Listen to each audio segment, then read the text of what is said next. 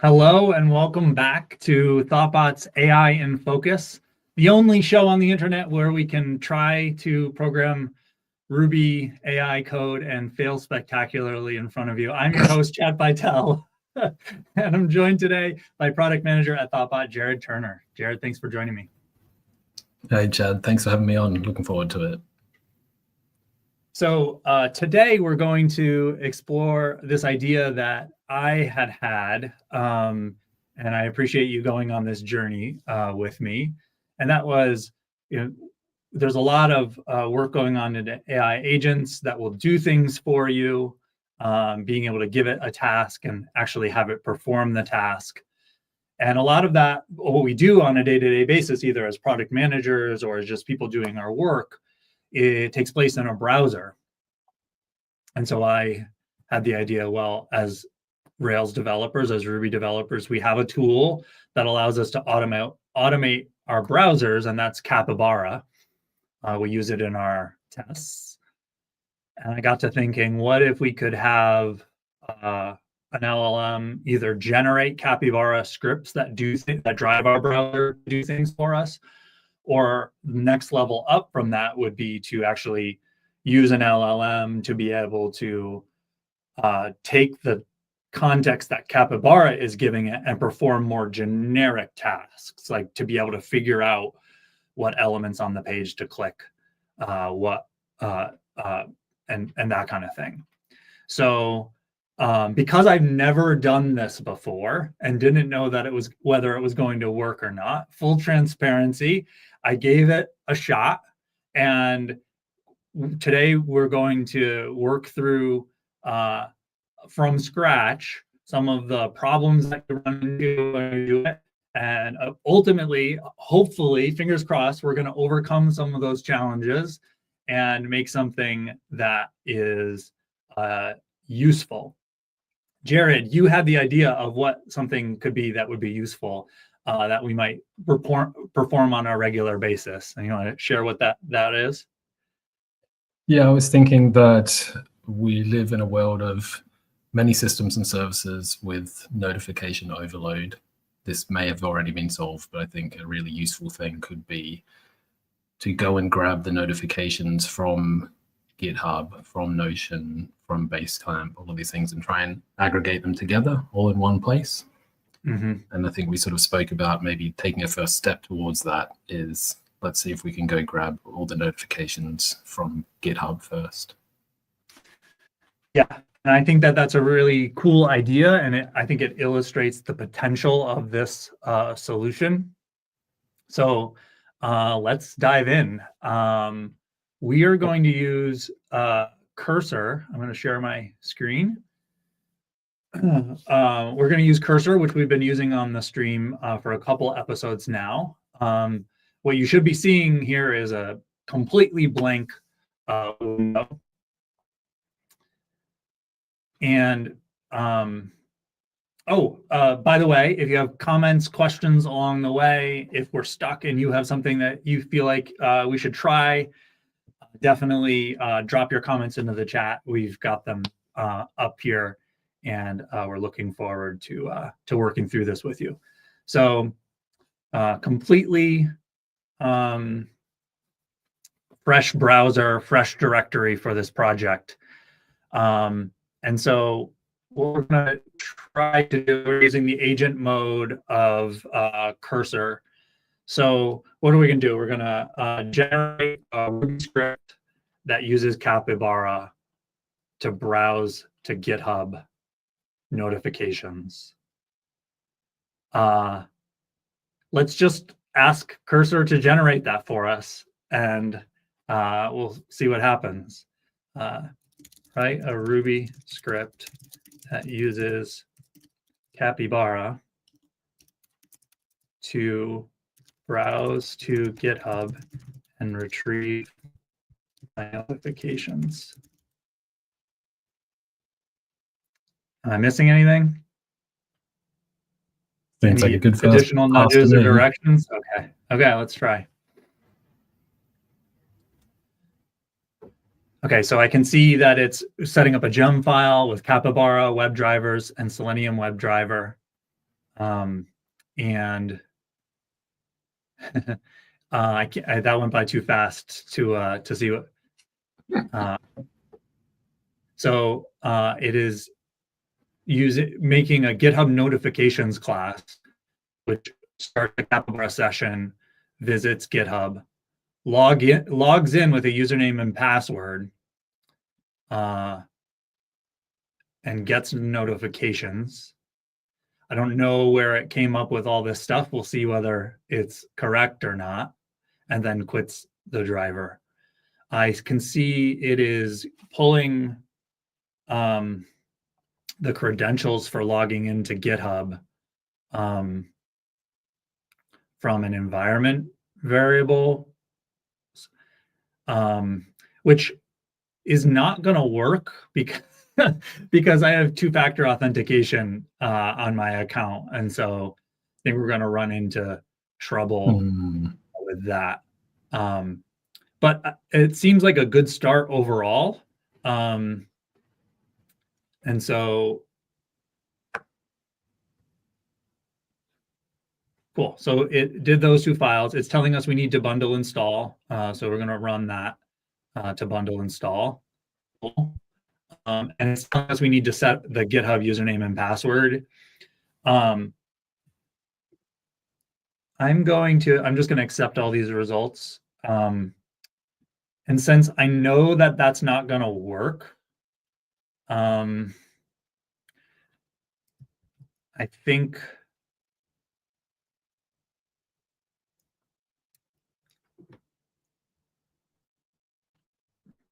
how do we want to deal with this? We could disable two-factor. That's the hacky option. Yeah. I think what we'll do is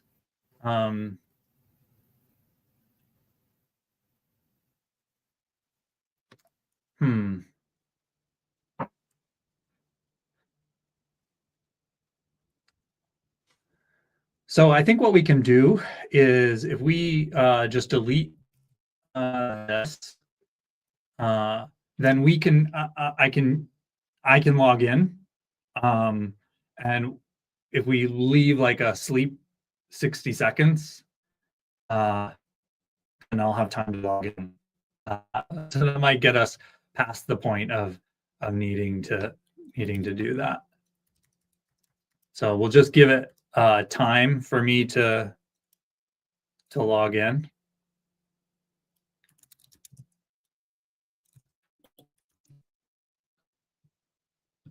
Okay.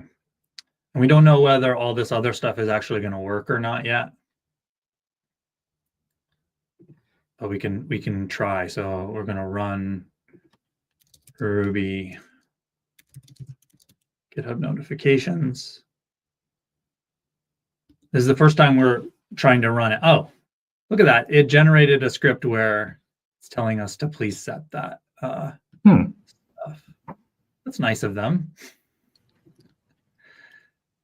I'm going to delete that.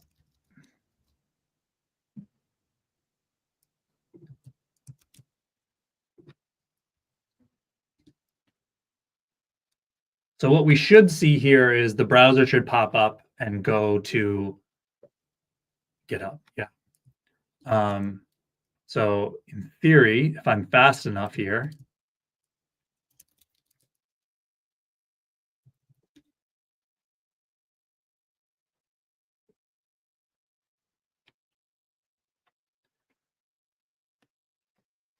okay, so I've just logged in to GitHub using 1Password and doing the 2FA. So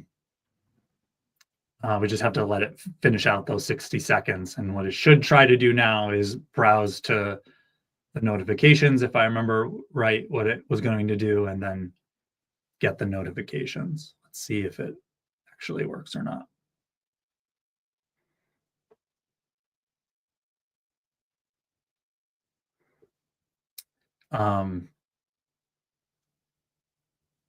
I suppose if I remember right, that script was going to /notifications. Yeah. Okay, so let's see what the error was. It didn't work.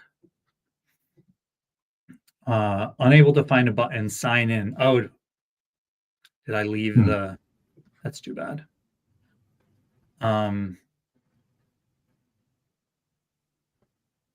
Yeah, I left the click. So now I think we can remove this sleep. I should already be signed in. We are by doing that, we're going to run into a problem I want to illustrate. So let's run it again. We already signed in, but I'm pretty sure the browser is going to open and I'm not going to be signed in again. And that's going to fail. So this is one of the first problems that or hurdles that we need to get run into, which is Capybara, because it's built for running automated tests, instantiates an entirely new session every single time that you run it. It's not meant to preserve the sessions between runs because it's intentionally destroys the sessions every time it runs. So that's what's happening here and why when it ran again, it wasn't logged in. So let's work on solving that problem. And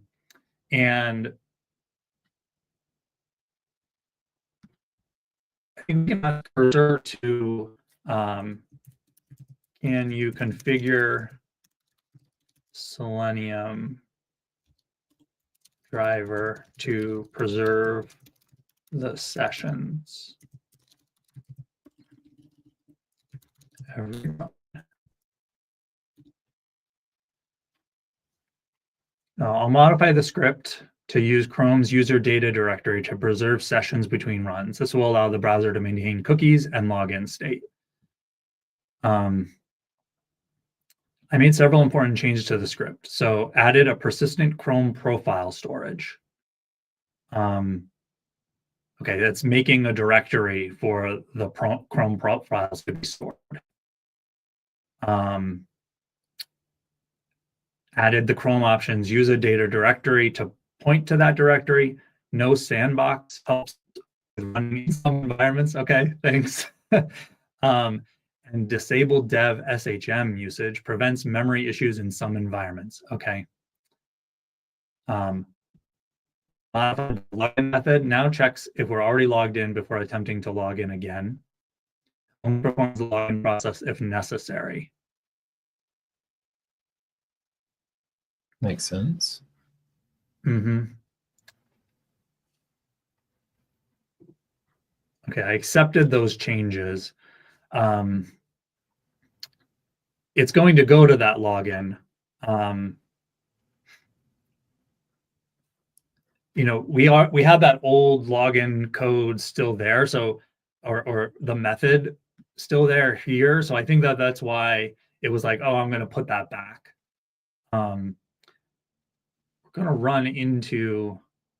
I also don't want to put I can open up another terminal, and I could put my username and password in there. I'm just a little worried it's going to show up on the stream at some point. To be perfectly honest.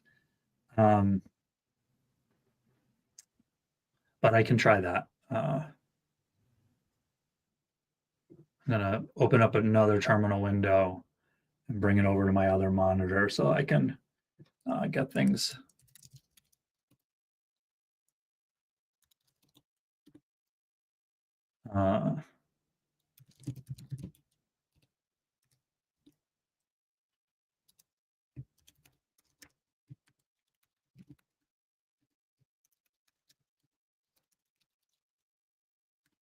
So if we discover thousands of new notifications, we know what's happened, right? Right.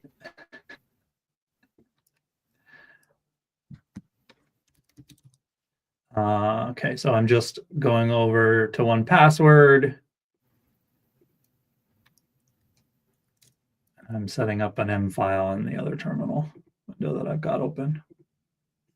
I'm still going to be prompted for 2FA, but then I'm thinking, okay, then I can complete that in 1Password. We'll see what actually happens. Okay, I've got the M file set up now, and that it's been restored that it does the credentials there. So let's run that and see what happens.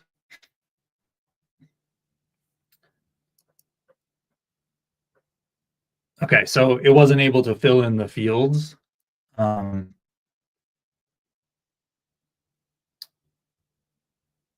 I'm wondering, do we want to give up on that and go back to just logging in manually? Is login field the label? Oh, well, we could, so another thing, so yeah, let's add a sleep here. And we could check,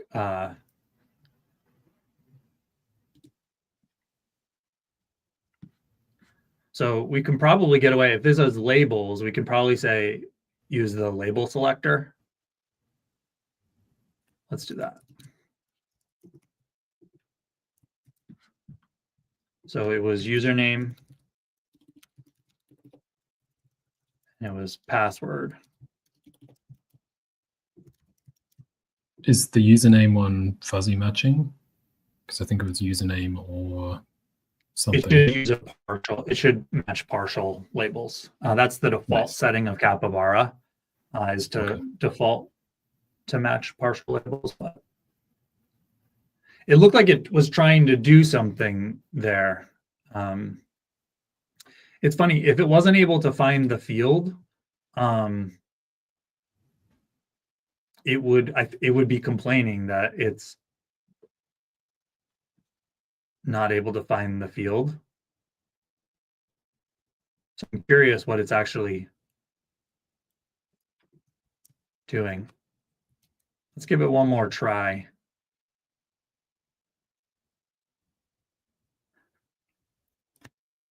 It is clicking the sign in button. We could, what was it, username or email address? I think so.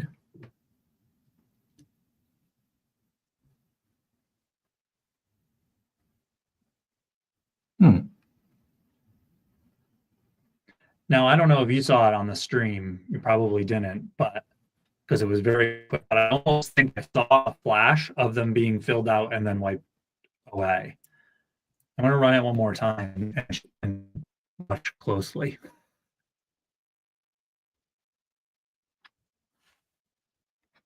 Each of the fields got focus. It looked to me like, but nothing's going in to them. So I'm going to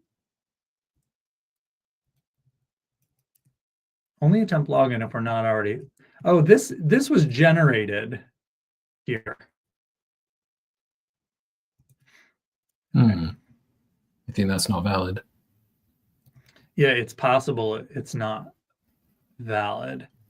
Could we do a binding RB on line 30 and then just check if the session fill-in code works from the console?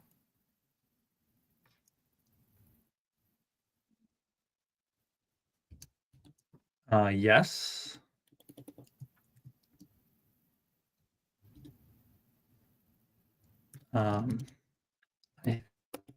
Yeah, try is not going to work. I think you can do .irb, and that's the Ruby native. Yeah. Sandra's just complaining that we've left the debugger in there.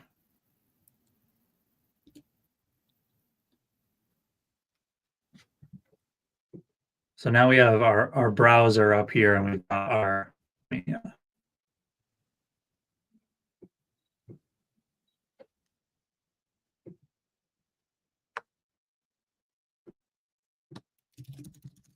So we've got our session.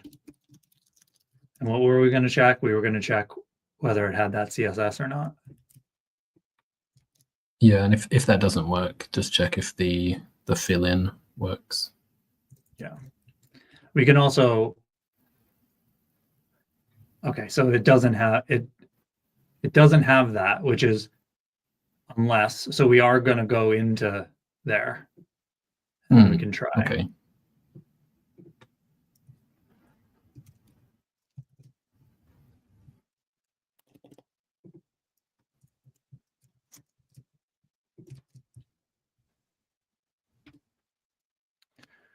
Okay, so do you see it did it, but it's not actually filled out. Let's inspect. Does the username value return something as well? Oh, it's nil.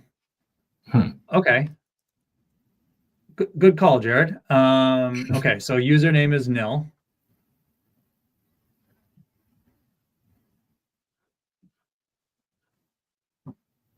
Replace with your GitHub credentials. What's the file it's loading? Yeah, I'm not sure what that means.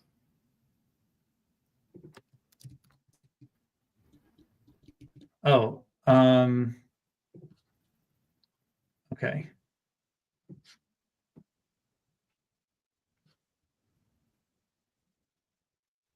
Set your GitHub credentials as environment variables using bash is what it was saying. So let's actually use, I set up a .m file. So update this script to use .env to load the credentials from the environment.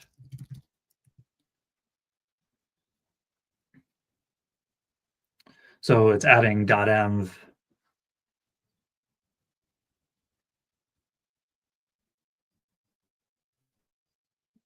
It's adding a an example one, but I already set up.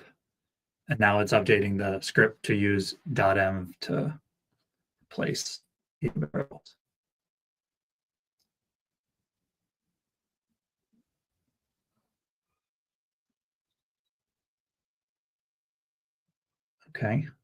Okay, this looks correct to me. So now let's, oh, I left the binding is still there.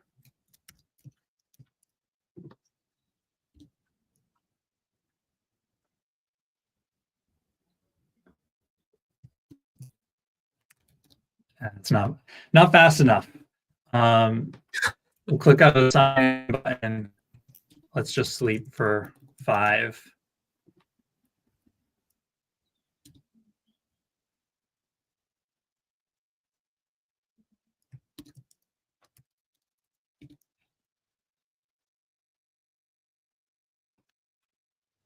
Okay, failed to log in. Please check your credentials. So that didn't work. Failed to.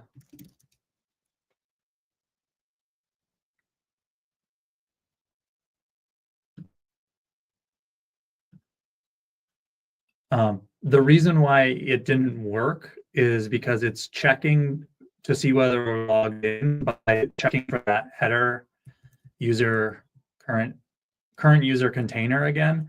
We don't know that that's ever even valid markup in GitHub. Let's run it again. Now, if it's preserving the sessions properly, it's not going to ask me to log in again. So let's run it again and see whether that actually happens or not. Okay, so it preserved the session and logged in, which is great. So then we got an error and unable to find field username or address. So it thinks it wasn't logged in, which leads me to believe that this CSS here is not accurate detector of whether we're actually logged in or not. So we can, if we go over to Safari, we can look for like another indicator of whether we're logged in or not. So there's the profile. No, sorry. I was trying to inspect the element. So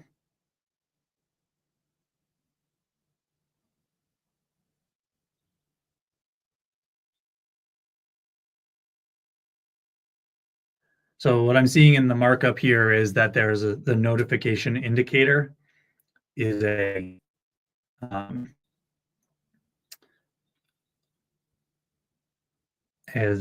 element on the page header.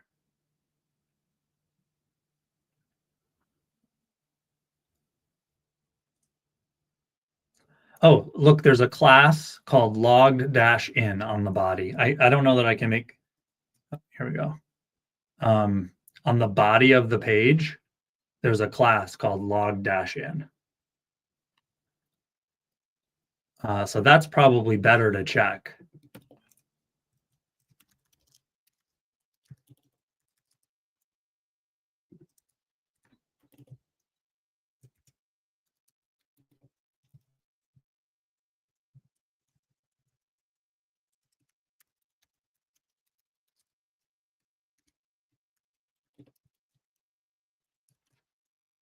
Okay.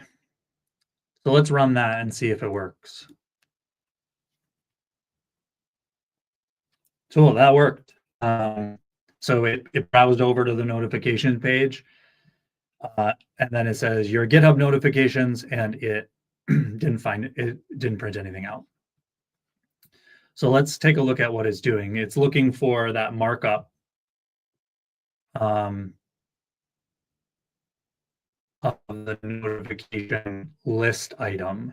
Now it probably just hallucinated that in the first place.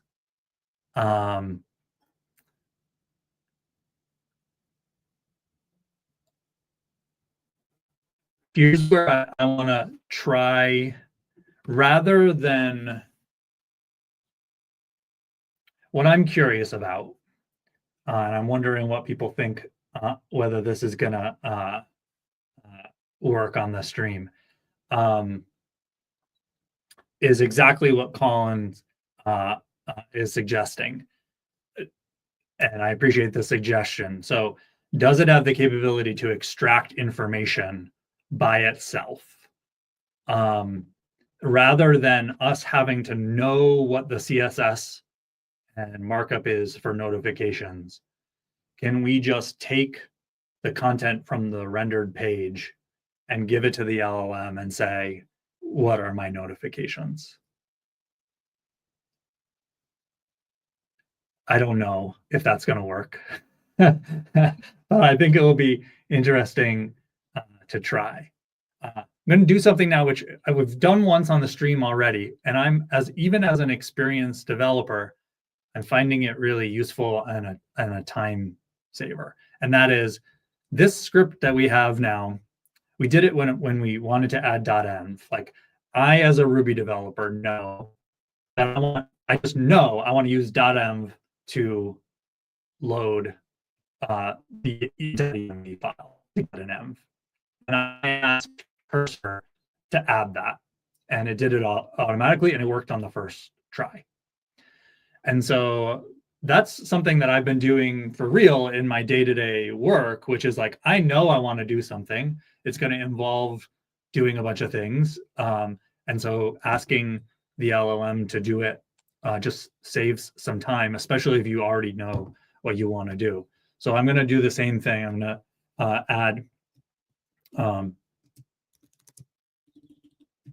add the use of OpenAI to this script so that we can send it the page body for in a prompt. And so what that should do is add the Ruby OpenAI gem. That's what it just did. And then it added the key to the environment variable, which is perfect. And then it's doing a whole bunch of things. We'll go through them.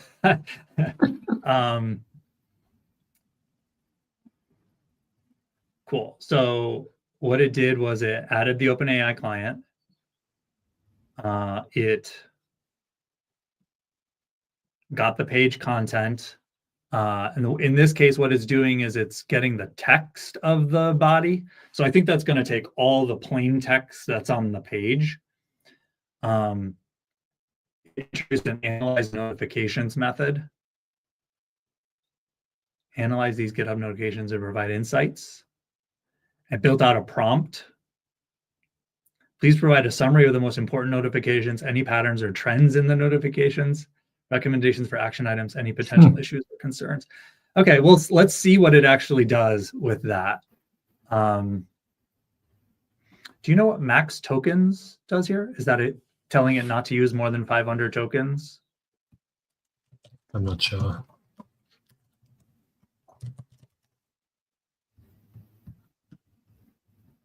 Maximum number of tokens to generate.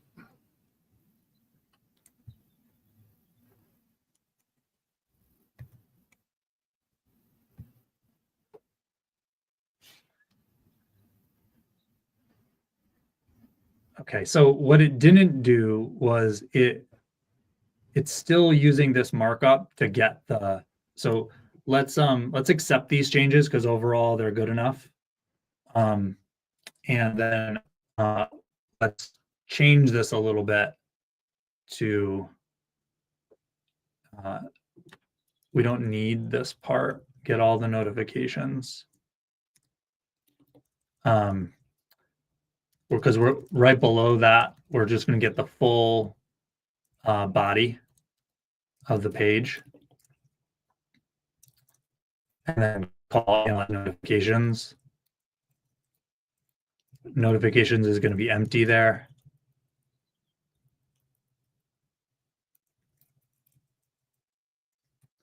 It's really this is expecting notifications to be filled out. I'm gonna.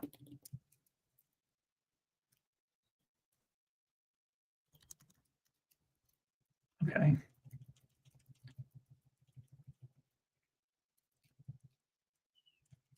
Okay. I think that's, if it doesn't work, we'll be able to figure out why. Okay. OpenAI key needs to be filled out. So let me, on my my terminal that's off the stream, I'll get that from my environment, or put it into my environment.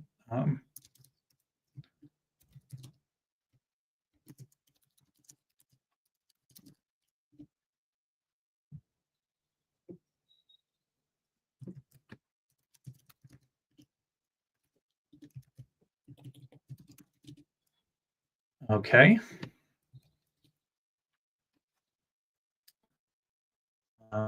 Got a key for.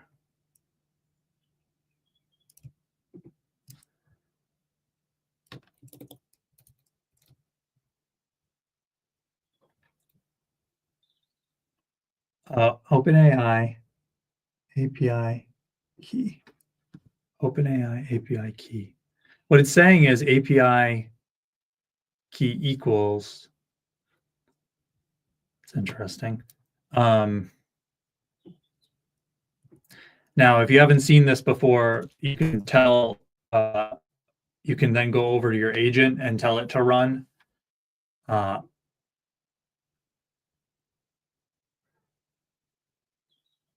And when it gets an error, it's going to see it and it's going to attempt to fix it.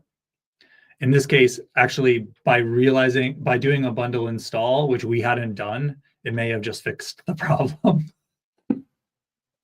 So how did you do that? You just pressed the agent button at the bottom there? I just went over to the chat and did it.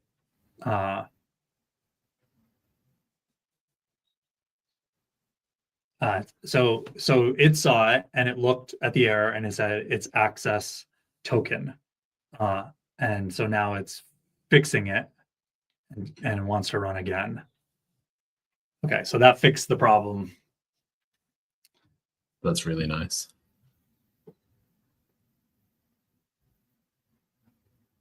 Oh, I think I see what it's not quite sure what it's doing now.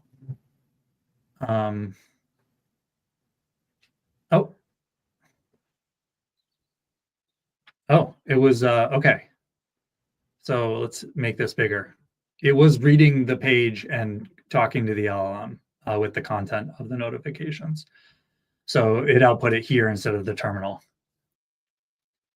Okay, summary of the most important notifications. Multiple pull requests have been made across various repositories, particularly on thoughtbot Hub and thoughtbot Handbook. The user has been mentioned in 2 issues on thoughtbot Hub. A view has been requested on 4 issues. The user has authored 2 issues on thoughtbot Hub. Several updates and changes have been made to the repositories the user is subscribed to. Patterns or trends. Most interactions are with the thoughtbot Hub. Several notifications pertain to software dependency updates. Recommendations for action items. Review and respond to the pull requests and issues where the user's review has been requested. Potential issues or concerns. There's a high volume of unread notifications, which might lead to missing important updates or requests. Thank you. The issue in thoughtbot Handbook regarding the UK benefits package might require attention, as it might have implications for the team morale and overall satisfaction. Wow.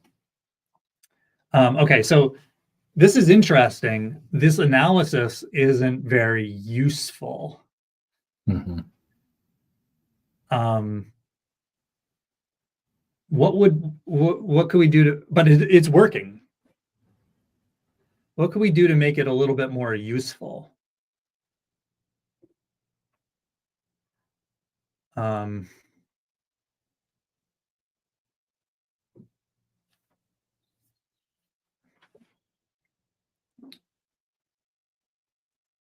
What would we want to know? Like, what are the most important things we should take action on today? Maybe. Oh, I left the sleep in. Yeah, let's go to the prompt.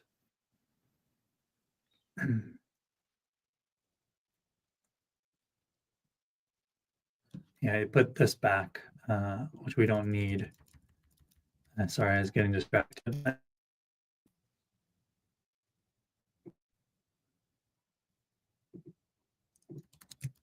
Okay. So here's the prompt with the page content. So what did you say? You said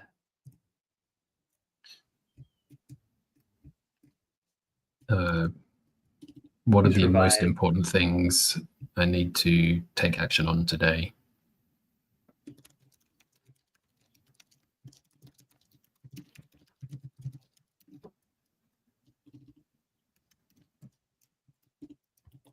How about whether there are any unread notifications? Mm-hmm.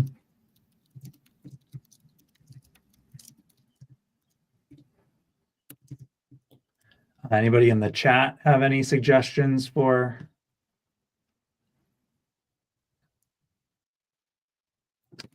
what to ask?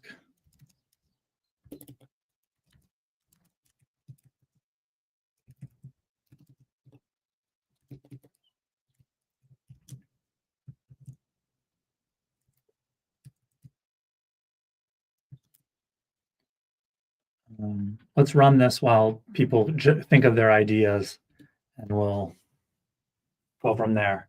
So now we're going over to the notifications in an automated way. It's looking at them. In this case, I do have unread notifications, so we'll see what it says there. Oh, I messed it up because of the code I deleted.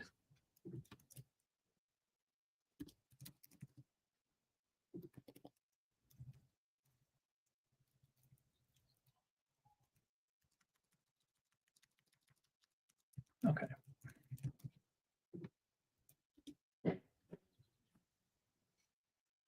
Yeah, that's a good suggestion. Include the links to where you want to take action. You can ask it to do that.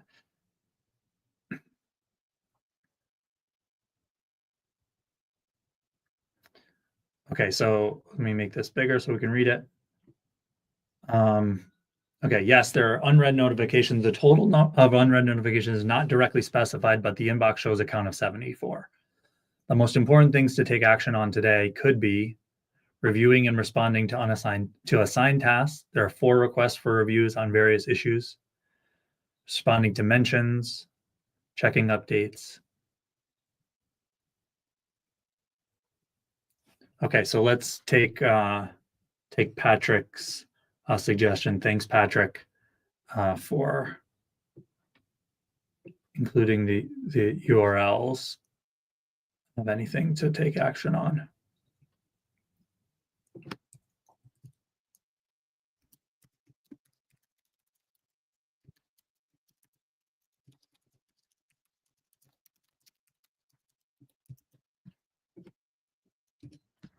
We'll run that again.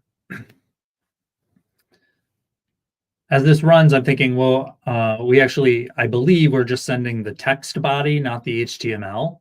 And so I think the URLs may be stripped out.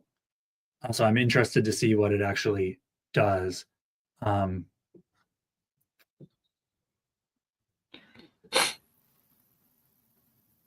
most important thing is to take action on likely the notification of a review is requested.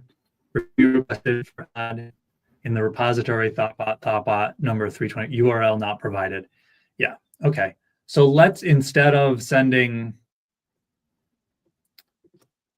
the text of the thing of just the whole body, which gives the plain text, I believe if we do just body, that is the whole HTML for the page. I think HTML also works. That might be a little bit more explicit.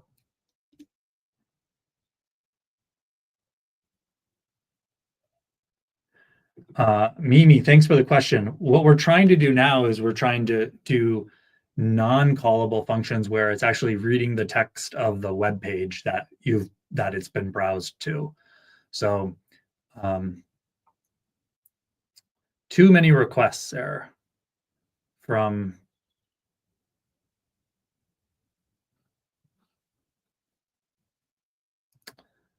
the OpenAI client. My key should be good. Too many requests there. Did I hit some limit on the model?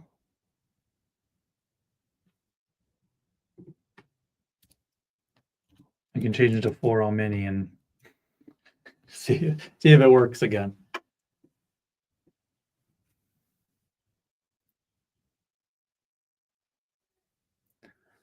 Of course, that might, the server responded with 409 bad request error.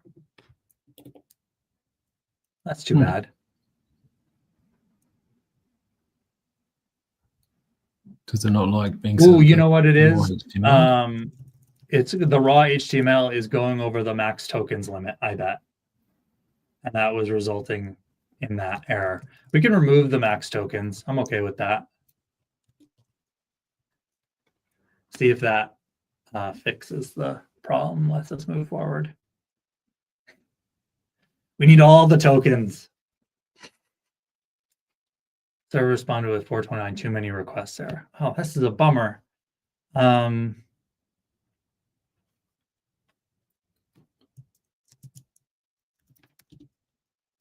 Let's just see OpenAI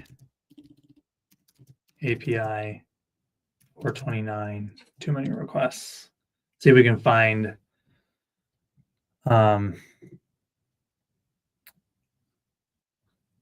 okay, so it says we would be getting a rate limit reached if we were hitting some rate limit.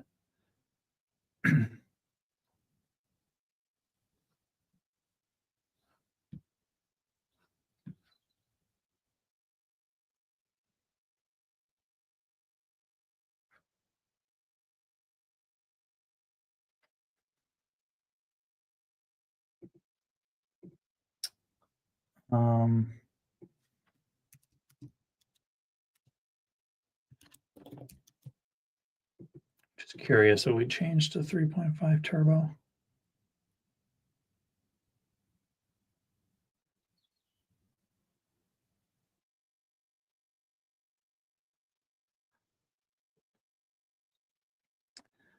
Bad request error on that one. I think I remember if you go over the context limit, you get a bad request error. So I wonder if that's actually what's happening there. This might just be too big, the raw HTML from the entire page.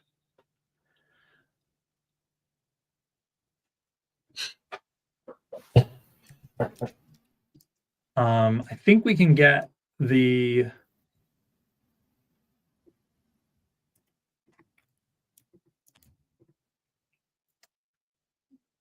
if we just go to here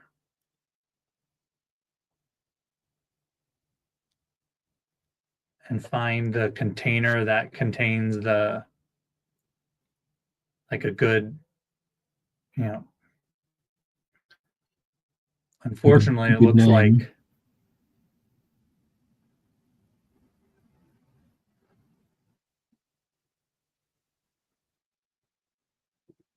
okay, so it is in notifications dash list is the class on that. Let's see if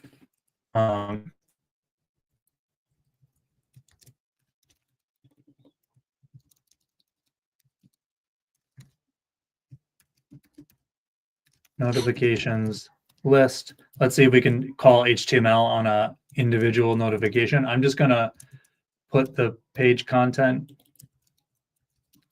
and then exit, and we'll see if that is better. That gives us what we're expecting.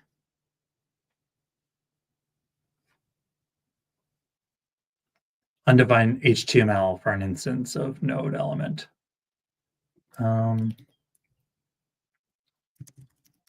Okay. So this is where we could ask the LLM, how do we get the HTML for a capybara element?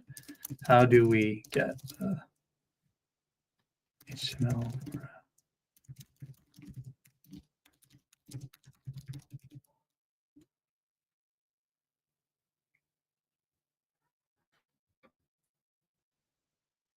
Okay, so we know that that's not correct because we just we just did it and it didn't work. So I'm going to reject that change.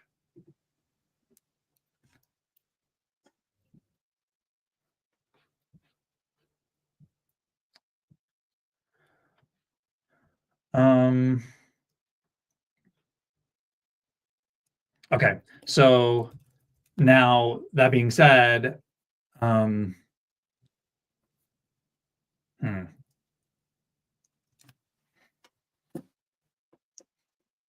Yeah, Mimi, I believe that we're hitting the context limit with this raw HTML page. So let me see if I can find the answer. So on our own. looks like GPT-4 Turbo, unless that's hallucinated, has a much larger context window. Yeah, is it 4.0 turbo or is it 4 turbo? Let's look that up.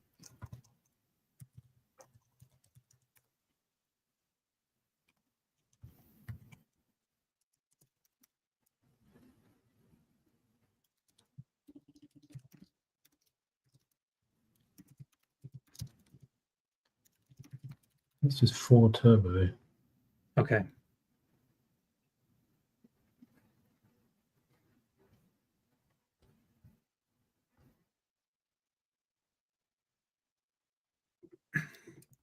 Let's run it with that and see. Oh, I think I still have my page content. Okay.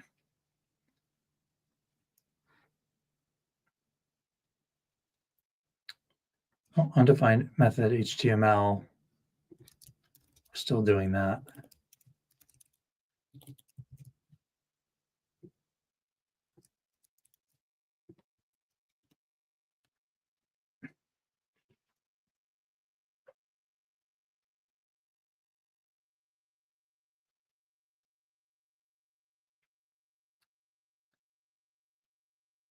So the error we're getting is too many requests again. I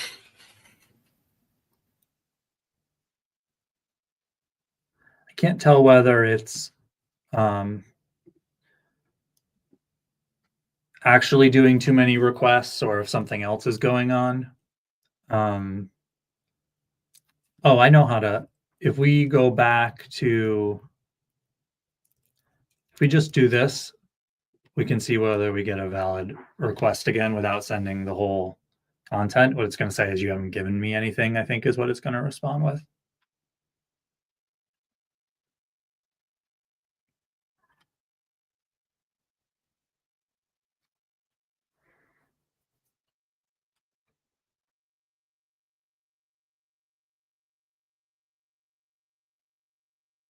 It's really thinking this time. Yeah, okay, so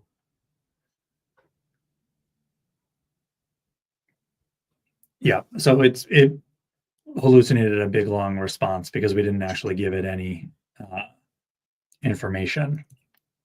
So that is what's happening, the context.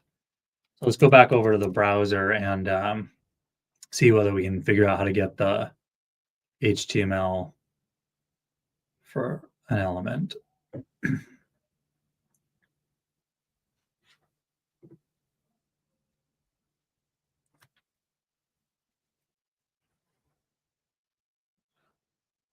You can call HTML DOM inner HTML property.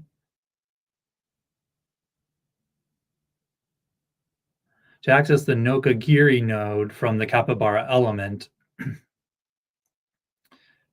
yeah, that native there, we'll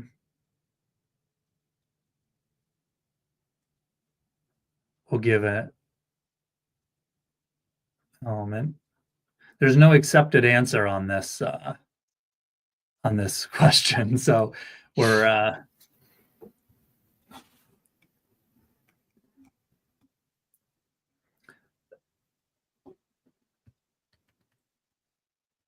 it looks like you can do HTML to get the HTML content. Let's try that. That seems the most promising to me. Oh, undefined method inner HTML.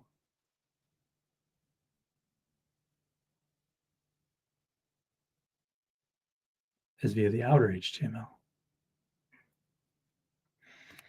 Oh, this is an interesting thing because if we execute the script,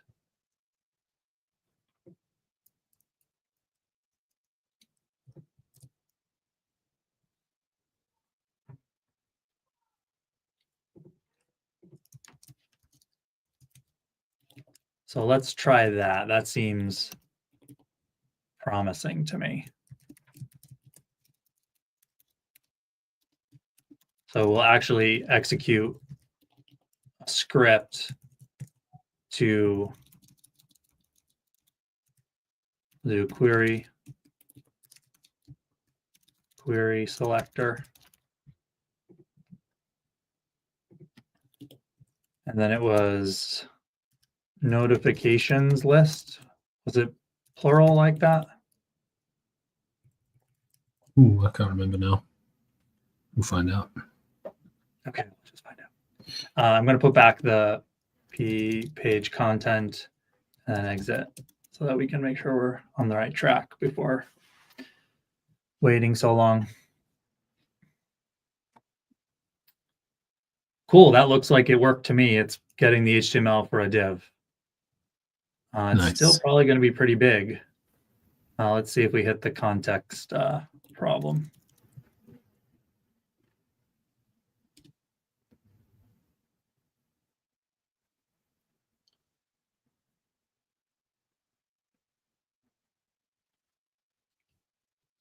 Yeah.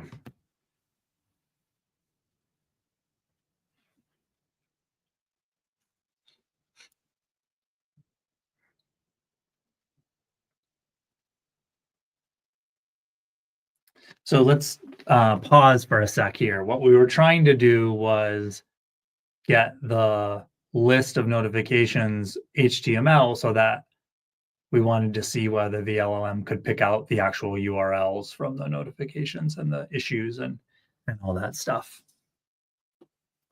And we're running into that HTML is too big.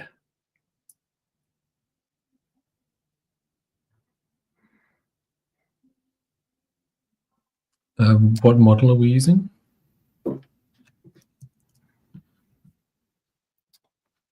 The model we're using,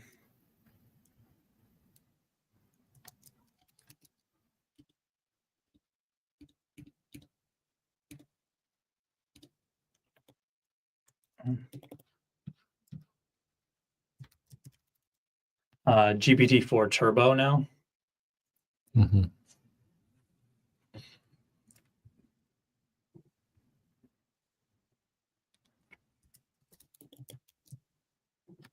Try it again with GPT-4. See, the problem is because we have HTML, I can't use what I would normally do is just loop, like take the context and just take the first right amount of tokens. But that's going to like fragment the HTML. So that's not really going to work. The other idea I have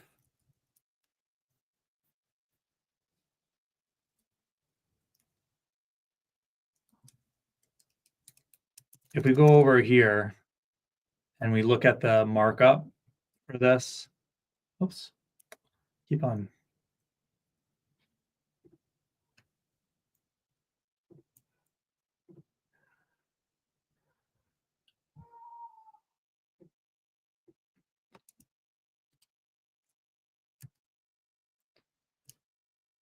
So the element, the individual notification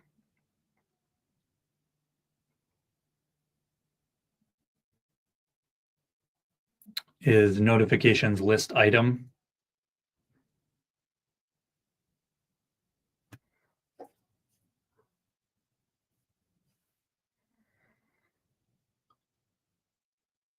So Jacob Jacobson says O1 has the largest max token allowed. And Mimi is thinking what I was thinking, which is running locally to do this, or on Hugging Face would get us around some of those limits because it would just be doing this stuff if it can do it locally or on another service. Let's try O1, and then what we'll do is we'll try to just get the list items and see if that helps us as well. If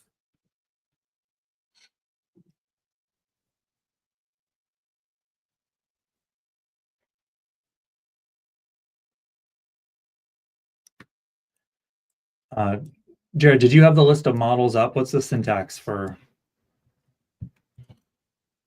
01. I need to find that again. Is it just 01?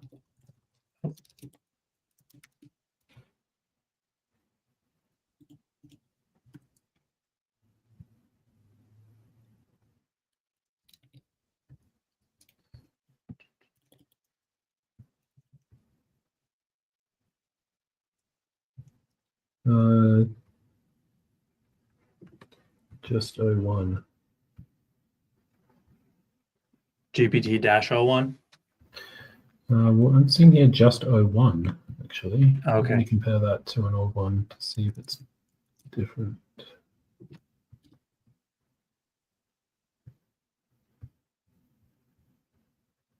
Yeah, so just 01, no GPT. Okay. Thanks, Jacob. Yeah, still getting that limit. I'm curious. I know it's not the same, but OpenAI rough token count, I think.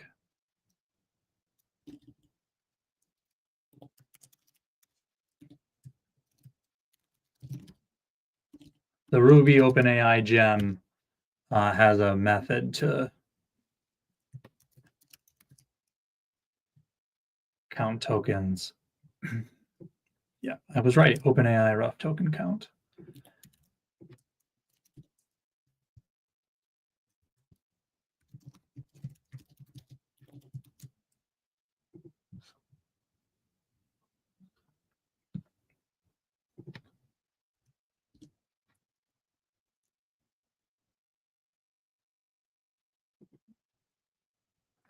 $63,641.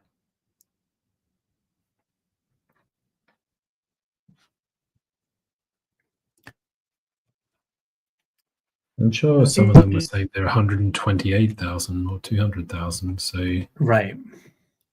But maybe there's a separate input limit.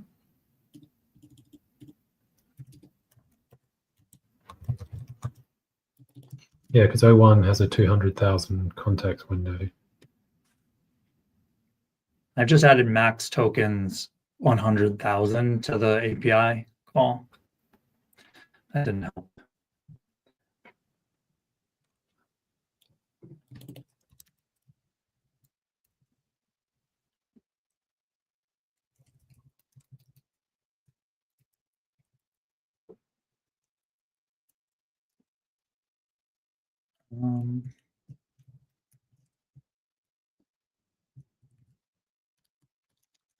Let's just get one item just to verify whether that works the way that we're expecting. Okay, so now I'm getting bad request error.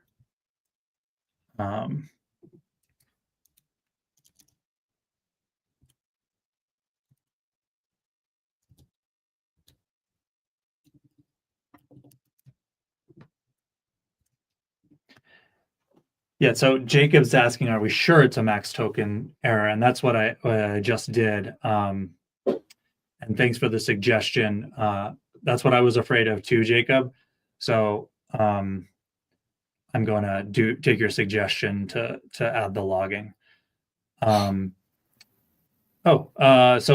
I pulled out just the one notification, and now we're getting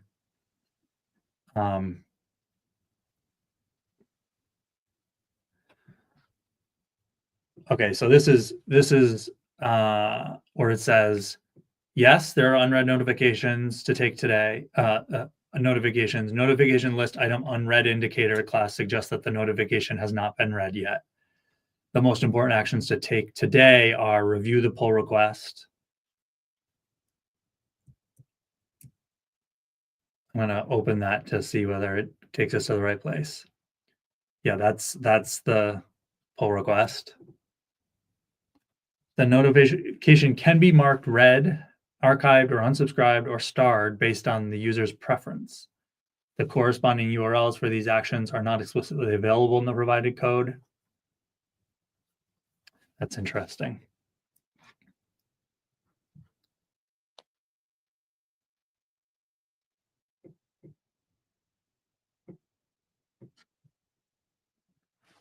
Okay, so what we have here is query selector. I'm going to open up Command K and take Mimi's suggestion. I'm going to ask, I think it was Mimi. No, it was Ilya's. Thanks, Ilya. I'm going to take your suggestion to get it to change the evaluate script to query selector all to get the inner HTML of each of them.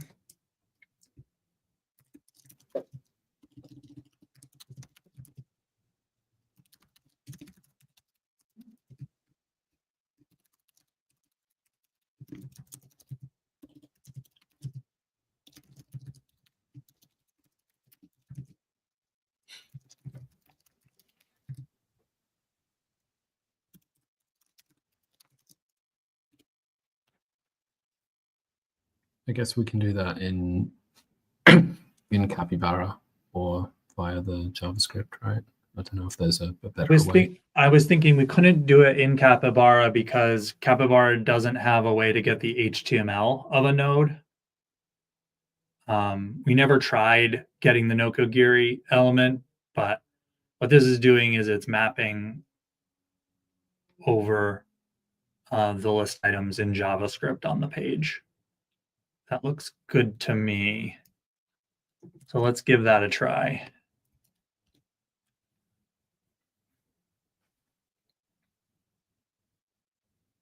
Oh. Okay, so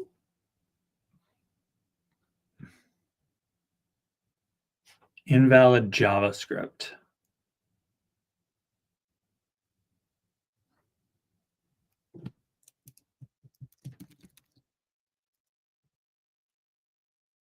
I'm going to go over to the browser to our notification list. I'm going to try to run.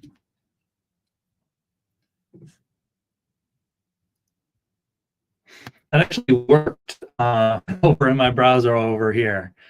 So that's interesting.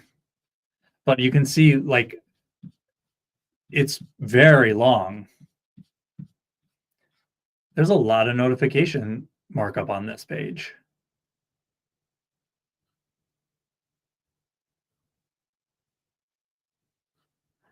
I'm going to see what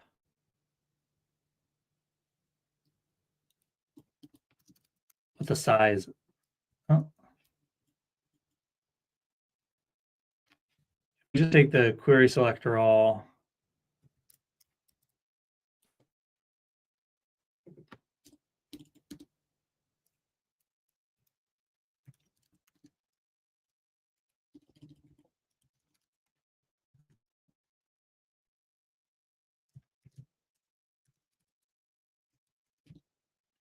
So not dots. Oh, length. Oh, yeah, there's 25 of them, and that's a whole bunch of markup. Well, we got something that told us whether there was unread notifications and a summary, but we really ran into trouble when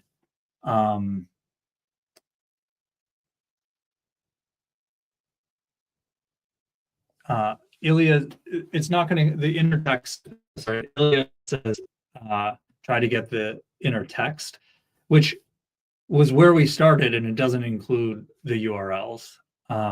So that's not gonna get us where we want to go.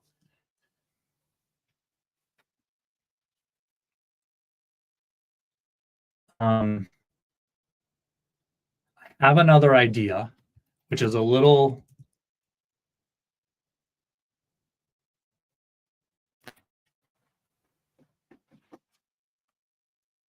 my idea is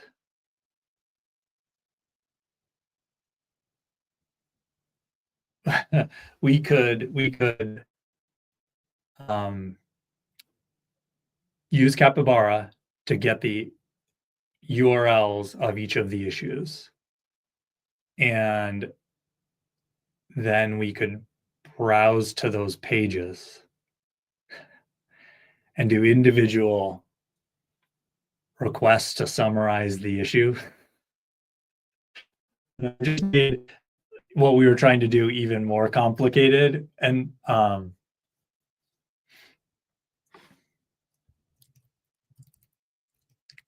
okay, let's go back to it's a lovely efficiency there, Chad. So when we had the page content, what we were doing, find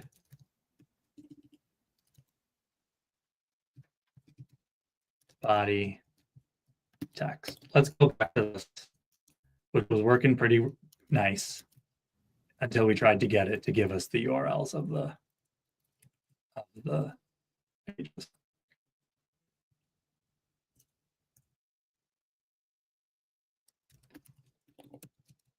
Let's ground ourselves back in something that was working. I'm running this again.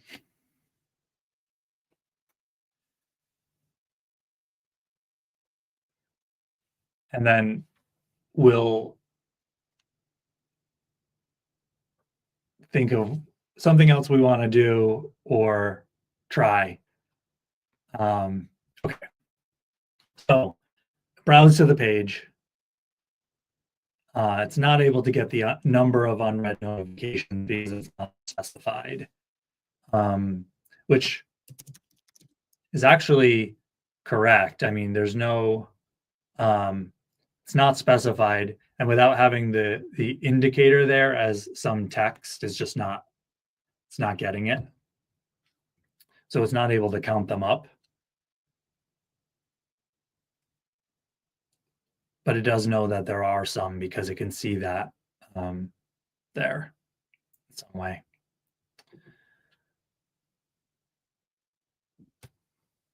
So to Ilya's earlier point about stripping the HTML, like I appreciate we're probably like moving towards what GitHub's API would provide us anyway, but we could build up a format of like red, true, false, title, and URL.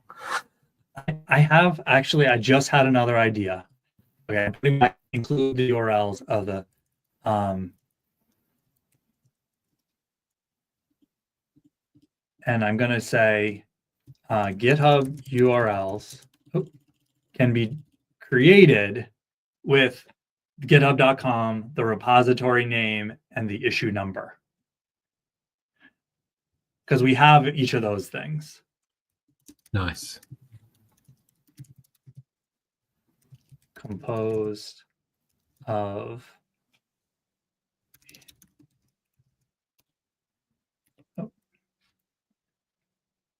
actually,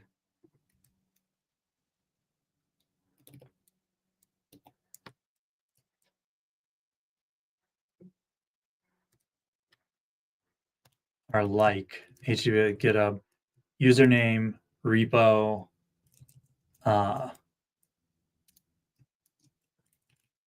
full issues, discussions, number.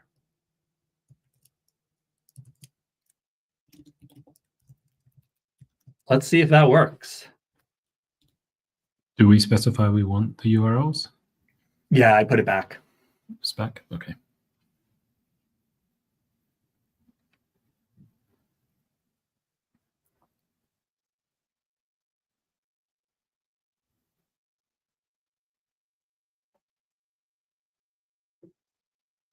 Aha, it worked. Interesting. Okay, so review the new API endpoint for creating blog post drafts on thoughtbot hub repository, GitHub URL, GitHub thoughtbot hub issue 7878. Respond to the mention GitHub URL. Let's click one to, yeah, cool. So by giving it the format of the URL with the information that we were giving it in the text, it's able to compose the URLs. That's nice. all these things are issues. I don't see a pull request, but that might just be because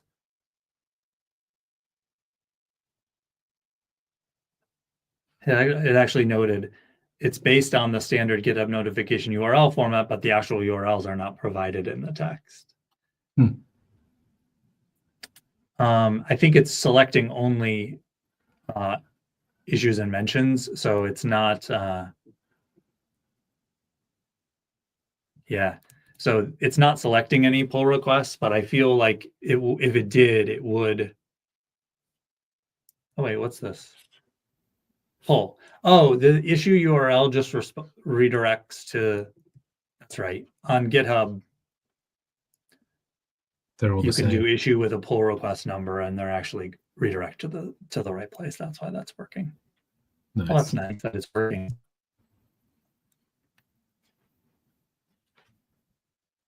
Okay, let's move towards wrapping up here because I don't think we're going to be able to do something significantly more significant than what we've got. But what do we think about this technique in general? What if you're watching, what do you think? I mean, what do you think, Jared? I think it's pretty nice to not have to think too much. The fact that you can just chuck, well, context window limits aside, the fact that you can more or less just chuck a whole huge bit of text, or even hopefully in the future, the whole HTML at it, and it does all that heavy work. Like even spending the time to manually get that URL formatting to work that we did right at the end there, probably would have taken a little bit of time. The fact that we can write one sentence and it does it for us, it's really great. It feels to me like this is like right on the cusp of being worth it. So maybe with a little bit more tooling,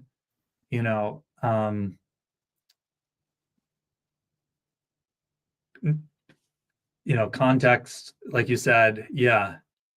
I also envision like if we weren't having that context issue, then you could really get into a feedback cycle where you are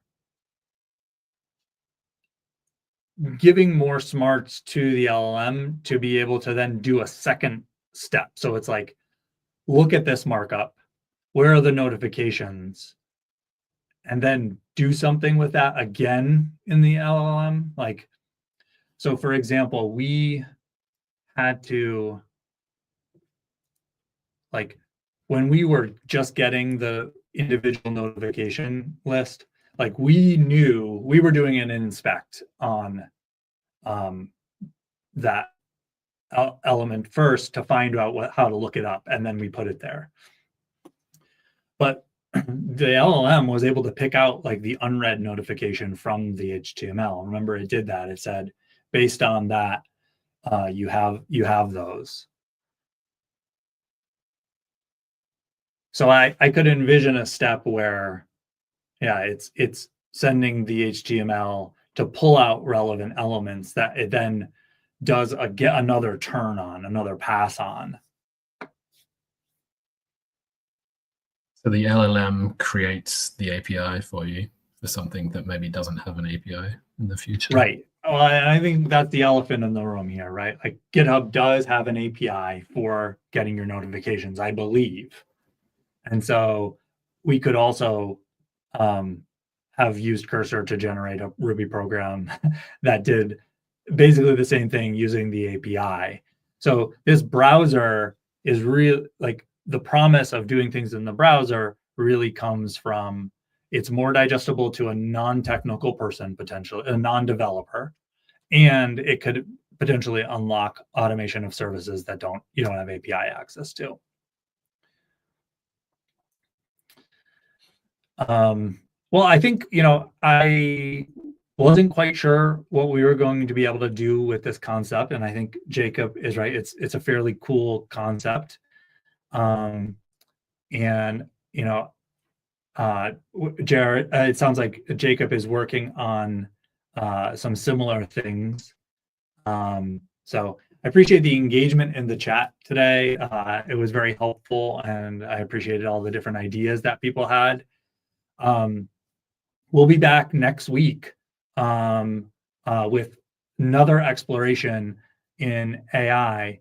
If there's an exciting or new tool out there that you're interested in us exploring, if you've got an idea for something to do in Ruby or Rails using AI, using an LLM, using other techniques, feel free to drop them in the chat on whatever platform that you're watching on.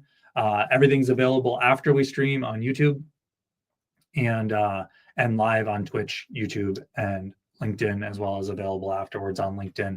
We're watching all the comments everywhere, so if you've got any ideas, feel free to drop them in. thoughtbot, we grow and build web and mobile applications for organizations of all sizes. So if you are looking for someone to help you with new AI idea that you have, or anything, any kind of application, we're here to help. Visit us at thoughtbot.com. Jared, thank you so much for joining me. I appreciate all your help. I wouldn't have made it through today without you. Cheers, Chad. Oh, and I forgot to mention, we're both broadcasting from the UK today, so that's exciting. Usually I'm in Boston area, you're in the UK. thoughtbot has a presence all throughout Europe, and we work with clients all throughout Europe, West Asia, and Africa. So if you're in that region and you want to work with us, many people don't realize that we're here and we work in your time zones as well. So that's it for me today. Thanks again, Jared. Thank you all for watching. Tune in next week for even more focus on AI.